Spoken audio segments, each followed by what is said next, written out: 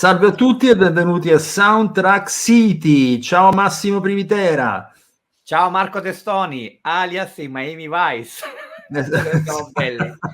Allora, senti, dunque oggi abbiamo un amico ospite, non che gli altri non lo siano, ma lui insomma lo è particolarmente perché ha collaborato spesso e volentieri con noi, ma siccome è un collaboratore validissimo, tant'è vero che è preparatissimo, tant'è vero che ha pubblicato proprio ultimamente un libro e noi stiamo iniziando a fare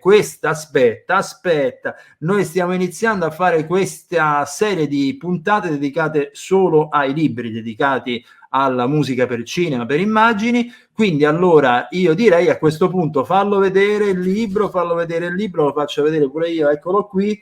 Hans Zimmer, la rivoluzione cinematica di Luca Perrone, perché stiamo parlando di Luca Perrone. L'avete visto sicuramente che ha curato spesso dei servizi in esterna di Soundtrack City, ma anche ci aiutava a fare le monografie. Questa volta di monografia ne ha fatta una esagerata proprio. È raccomandato da noi. Esatto. Allora facciamolo entrare. Ciao Luca. Ciao, grazie mille per lo spazio, lo sostegno e un saluto a tutti i video ascoltatori. Insomma. Allora, dunque, inizio io prima con una domanda, dopo invece si scatena Massimo che ha già recensito il tuo libro su colonne sonore, quindi saprà andare più a fondo di questo libro, di questa pubblicazione. Allora, lo sai, quando ci siamo visti alla presentazione romana, io sono rimasto colpito in fondo proprio dalla quarta di copertina di questo libro, perché non lo immaginavo una cosa del genere. Cioè, nessuno finora ha scritto prima di te un saggio, una pubblicazione su Hans Zimmer, che è pure, forse diciamolo, tra i compositori viventi, tra i più blasonati, e io direi anche tra i più, tra virgolette, potenti. Ecco, nessuno ha mai scritto un libro su di lui. In realtà mancavo io, c'era lo spazio per me, ho deciso di entrare nel mondo dell'editoria così, proprio così, dalla porta principale proprio. No, ma ci racconti questa singolare, anche per te deve essere stata una sorpresa, o tu lo sapevi?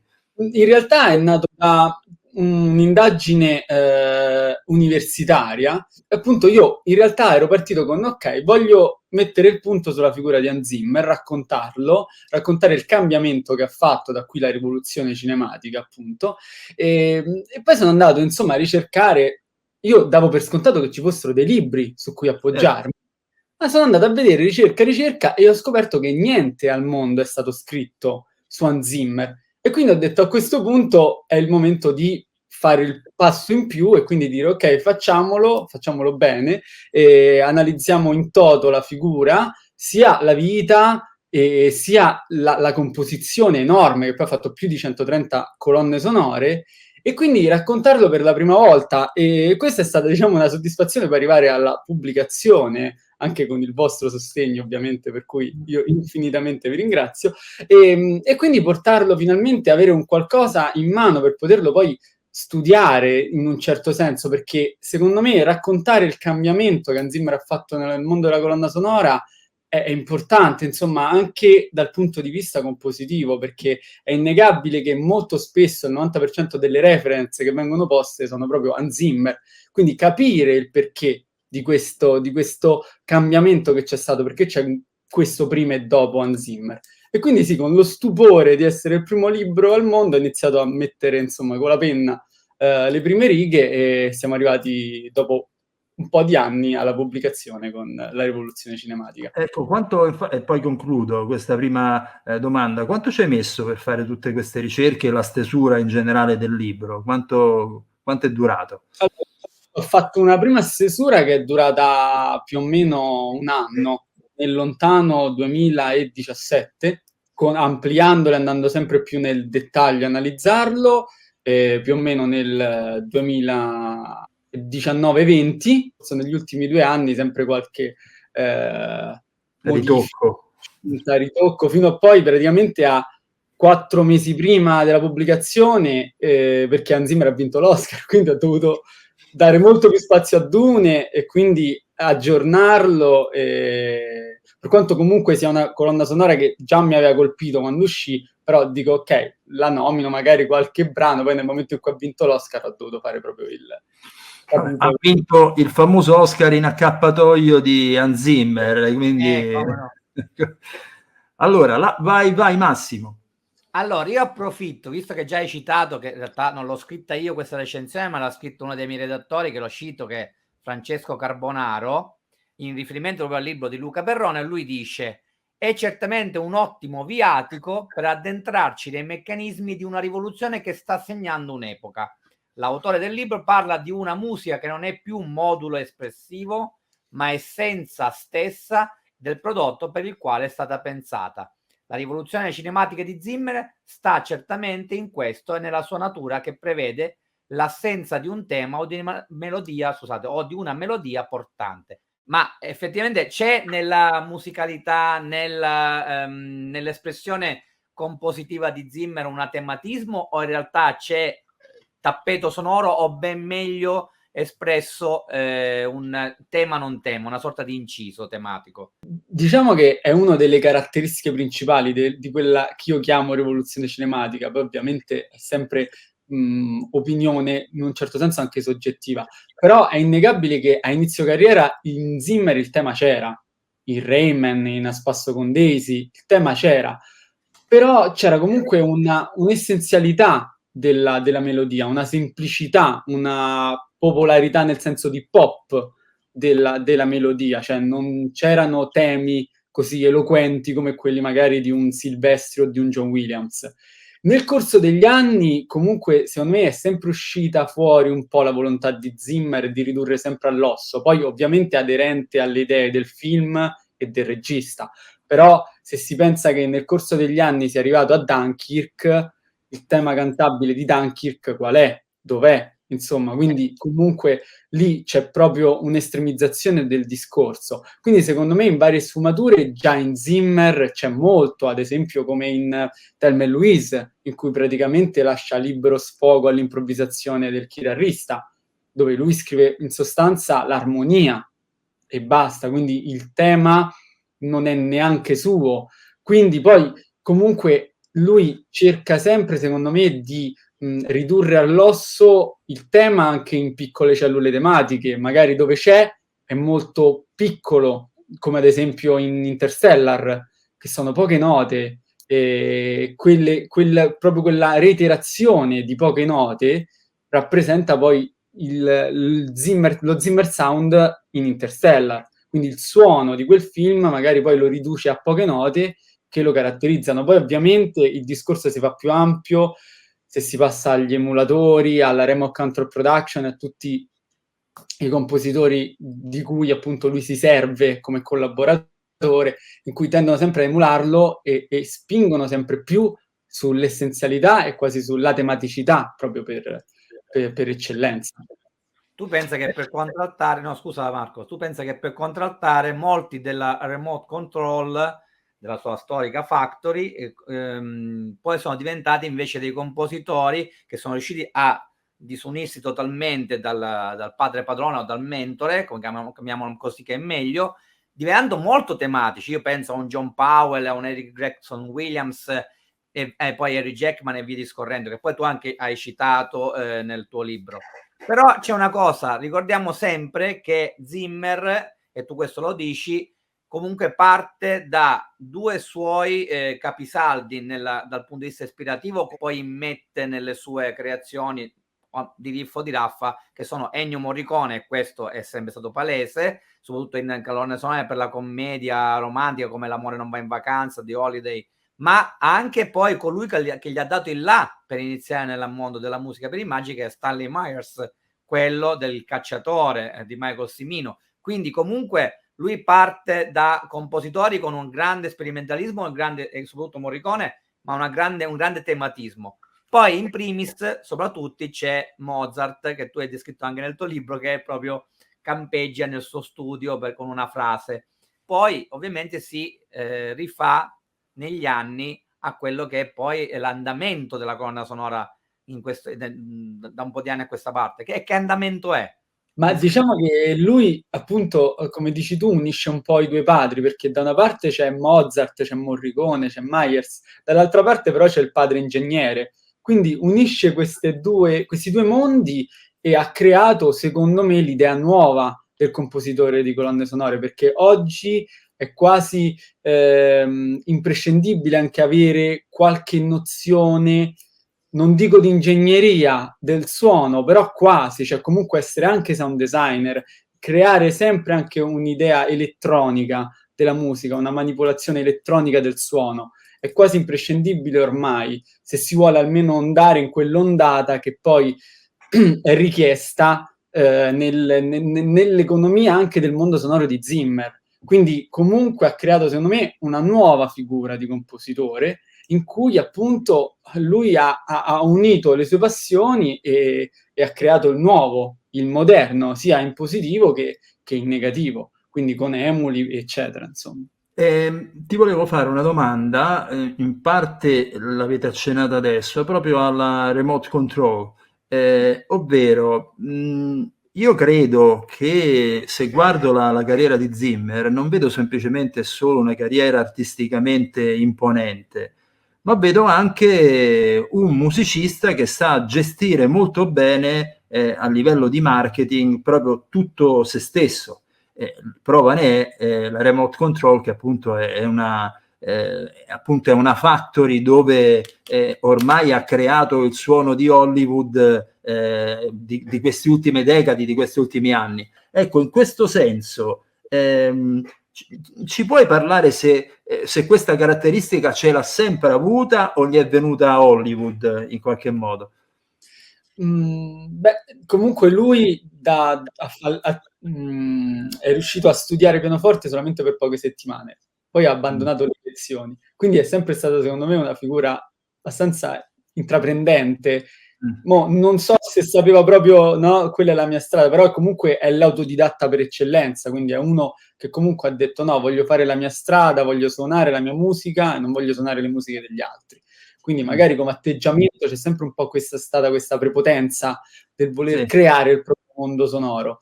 E quindi a quel punto, alla fine, la Remote Control Production la fonda nell'89, quindi bene o male a inizio carriera, quindi penso che quell'idea c'era già sin dall'inizio. Poi ovviamente l'ha estremizzata, l'ha portata avanti, ha creato il suo circolo e si è irradiato in tutto il mondo, in tutte le produzioni, perché poi alla fine si parla di quello. Alla fine la Pixar, per dire che musicalmente con Giacchino e Randy Newman, per dire musicalmente era l'opposto a Zimmer, eppure gli ultimi due film usciti hanno musiche di compositori della Remote Control Production, come ad esempio Goranson con Red. Quindi si va sempre più a insediare ovunque, a cercare di portare ovunque il suo Zimmer Sound. Per questo capire quanto veramente lui si impone o quanto veramente i nuovi canoni piacciono. E quindi quella è l'idea. Io ripeto, a mio avviso c'è una grande visione imprenditoriale dietro tutto questo, che è abbastanza anomala per un musicista, perché ne conosco pochi a livello mondiale di musicisti con quel tipo di approccio lì imprenditoriale. Cioè non è semplice, anzi normalmente i musicisti sono veramente molto naif da quel punto di vista. Lui no, tedesco, sistematico, e poi si è ambientato benissimo, ripeto, da quel punto di vista Hollywood. Non è facile, come sapete tutti, tanti altri compositori valenti sono stati poi alla fine rigettati o sono ritornati in Europa, insomma non è regalata come evoluzione. Lascio la domanda a te, Massimo. No, più che altro facevo una considerazione legandomi a questi due ultimi argomenti che avete sviluppato. Torniamo al famoso detto nel bene e nel male: c'è sempre qualcosa che può essere amata e odiata, e nel caso suo è o lo si odia o lo si ama, non c'è una via di mezzo. Effettivamente cosa andiamo a capire? Che anche attraverso il tuo libro l'hai descritto anche in maniera molto, molto facile, anche per chi non è addetto al settore, chi non è un musicista, chi non è un compositore, e Luca comunque è un compositore, e il fatto che questa sua imprenditorialità poi ha messo le mani dappertutto. Io penso anche ai documentari della BBC, alla serie storica amatissima dei Simpson, che da un punto ha avuto Danny Elfman e Alf Clausen, e poi ricordiamoci, lui ha fatto Remote Control, Media Ventures, poi ora questa qui che si chiama Bleeding e qualcosa, non mi ricordo bene. Ma questo qua, secondo te, è un male o è un bene? Cioè il fatto che ora c'è questa totale uniformità che poi ha contagiato tutto il resto. Non parlo solamente di compositori oltreoceano e in Europa, ma io parlo anche degli italiani. Io vedo dietro di te un manifesto di un film che ha fatto uno sfracello al botteghino perché è stato un successo. Lo chiamavano Gigrobò. La musica di Michele Braga e Gabriele Mainetti è molto zimmeriana. Secondo te questa sorta di totalizzante figura imprenditoriale e compositiva è un bene o è un male? È una domanda difficile, soprattutto una responsabilità rispondere, nel senso che comunque, ecco, legandomi anche a quello che diceva Marco, ora è quasi più un produttore che un compositore, lo possiamo considerare così Hans Zimmer, e a livello dove lui non ci arriva con le mani, con le sue varie factory, ci arriva o l'inconscio o richieste del regista, quindi comunque lo troviamo ovunque ed è un bene o un male. Sicuramente, ad esempio in Gigrobò, trovare temi che lo richiamano molto, anziché un tema così originale, un po' dispiace. Cosa che ad esempio non c'è stata in Freaks Out, per dire, nell'altro film di Mainetti, che è una colonna sonora molto, secondo me, molto più ricercata, molto più fresca in un certo senso. Anche quindi, se Zimmer c'è nella battaglia finale, ecco, assolutamente. Vabbè, ma quando si tratta di battaglia, come fai a non metterci Zimmer? Proprio, cioè, è il primo riferimento, proprio. Però sicuramente io mi orienterei più verso il male.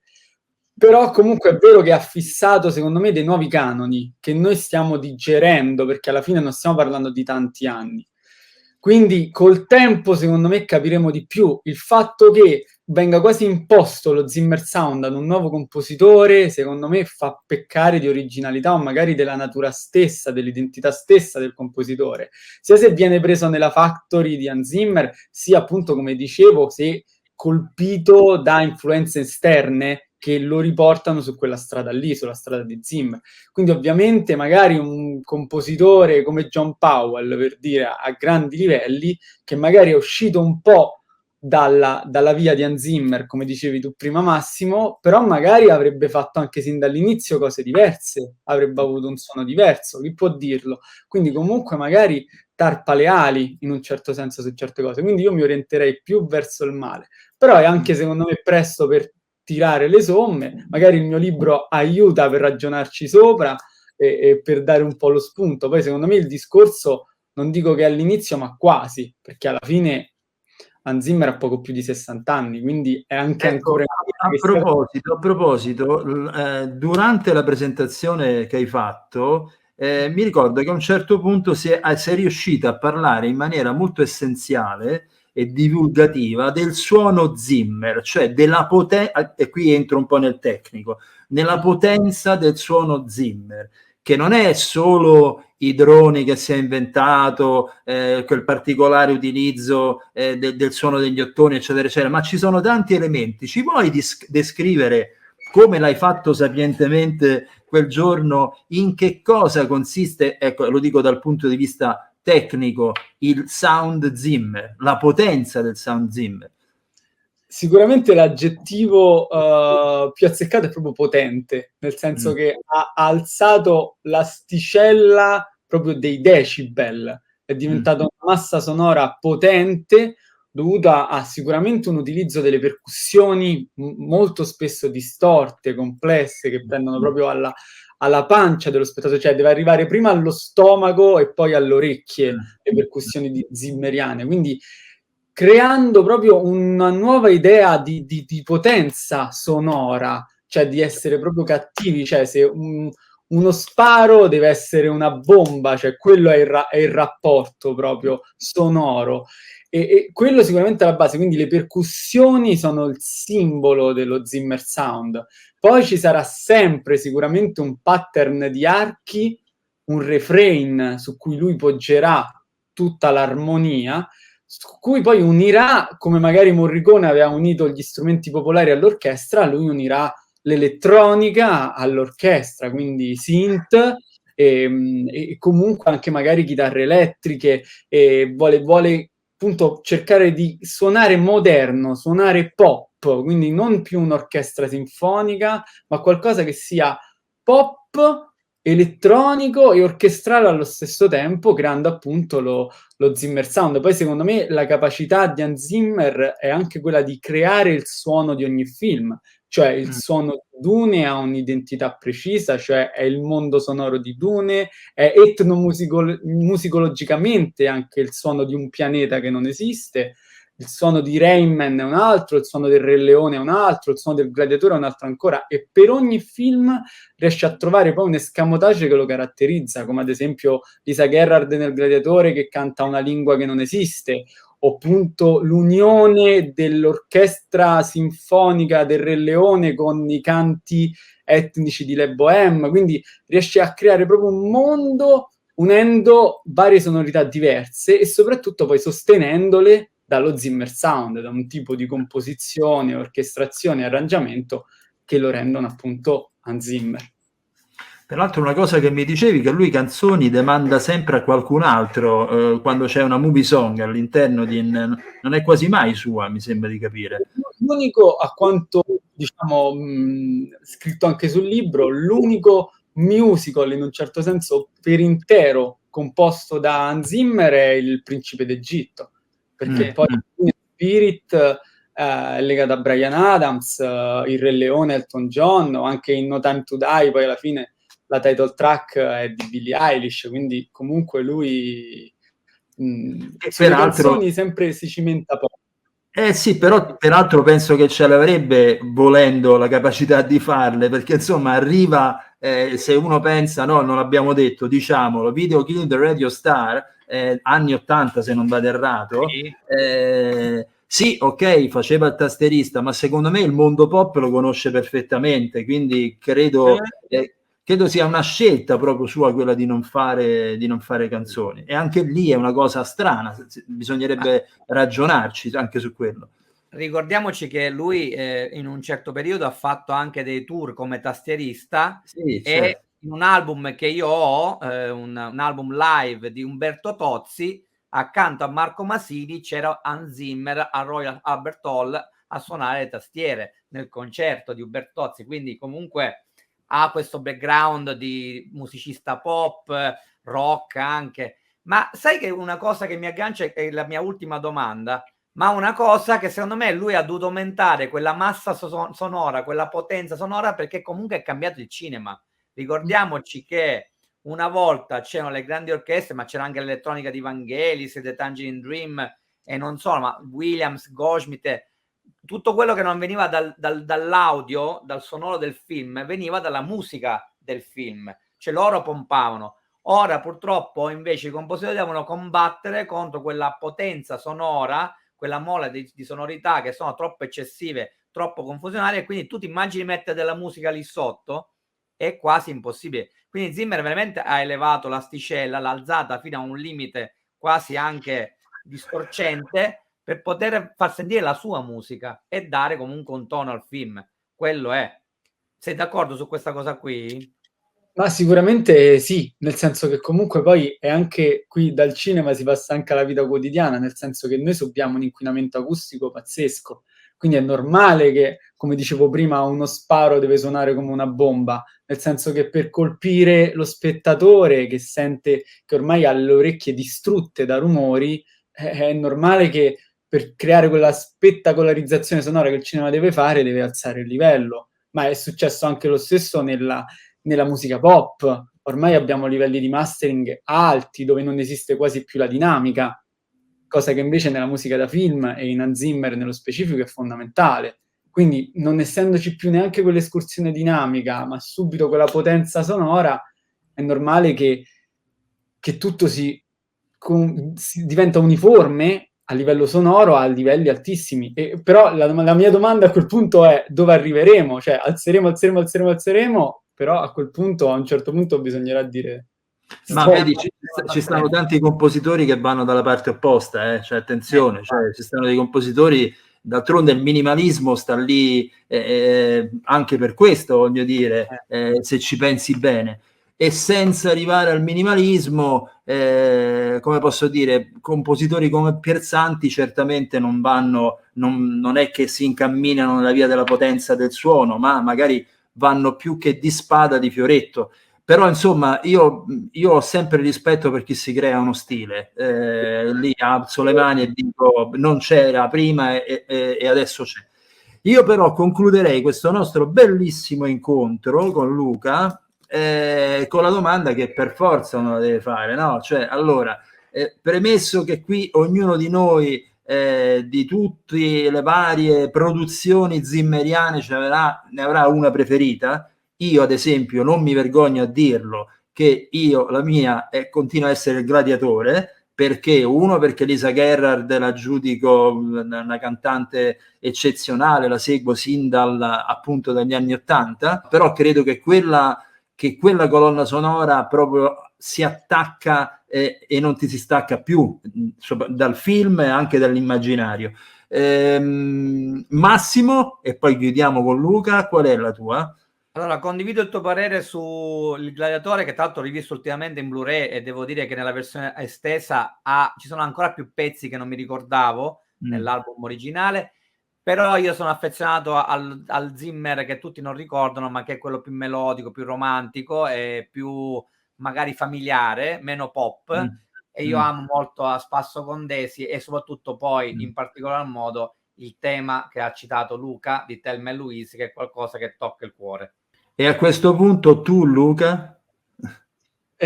Allora, io come colonna sonora in toto direi banalmente il Re Leone, per un legame affettivo mio, perché comunque da bambino ci sono cresciuto senza sapere che fosse di Hans Zimmer quella musica, e poi comunque anche per le sonorità appunto che riesce a mischiare, che funzionano lì e che non potrebbero funzionare da nessun'altra parte, cose così in contrasto, e anche per la storia proprio personale di Hans Zimmer nel comporre quella colonna sonora, il Requiem al padre, il tributo alla figlia, quindi secondo me è una colonna sonora molto densa di significati ed emozioni.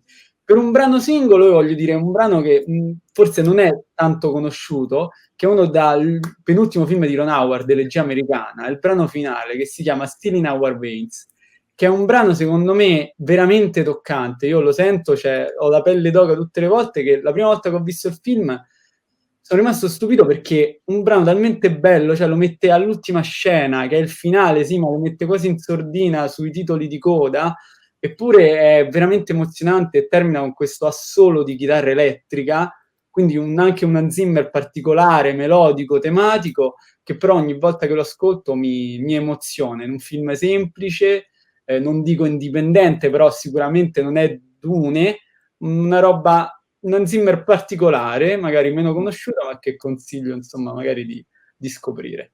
A tutti. Allora, noi concludiamo facendo vedere, dai, pure te Luca, ce l'hai lì la copia, dai.